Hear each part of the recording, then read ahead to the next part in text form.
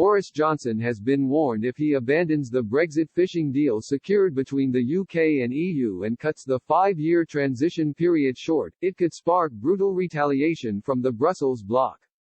Liam Campling, professor of international business and development at Queen Mary University, warned of the potential consequences if the Brexit deal is not adhered to.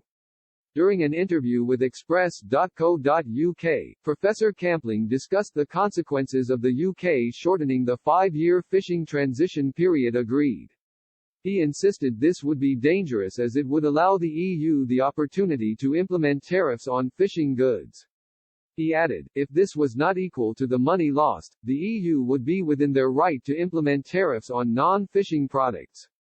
Professor Campling said, essentially the EU has the rights to introduce tariffs on fish products. If those fish products are deemed not to be an equivalent value of the quota that is taken away, then the EU is also able to apply tariffs on other product areas.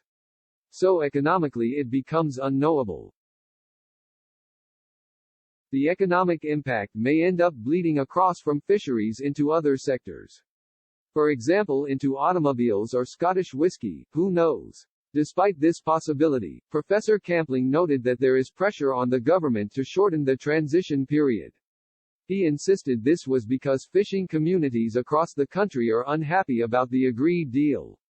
Boris Johnson and his government have since said they will introduce financial support for fishermen struggling, however. Professor Campling said, there is a possibility of shortening the 5-year period.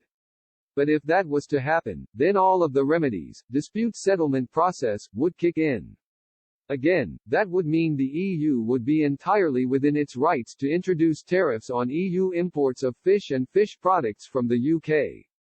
We would potentially have more quota, but we would have nowhere to sell it. That would be a huge blow to the average British fisherman.